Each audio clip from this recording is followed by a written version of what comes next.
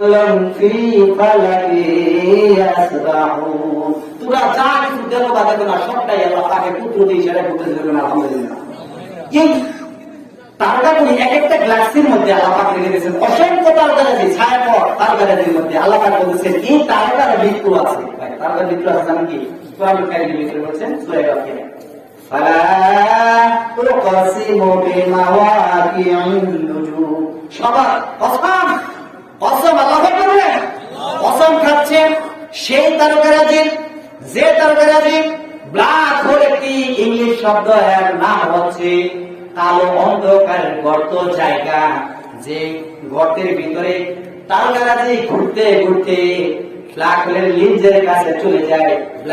Black hole এমন একটি চমক আছে, আকর্ষণ, যা চুষে মিশে শেষ করে দেয়। সুবহানাল্লাহ।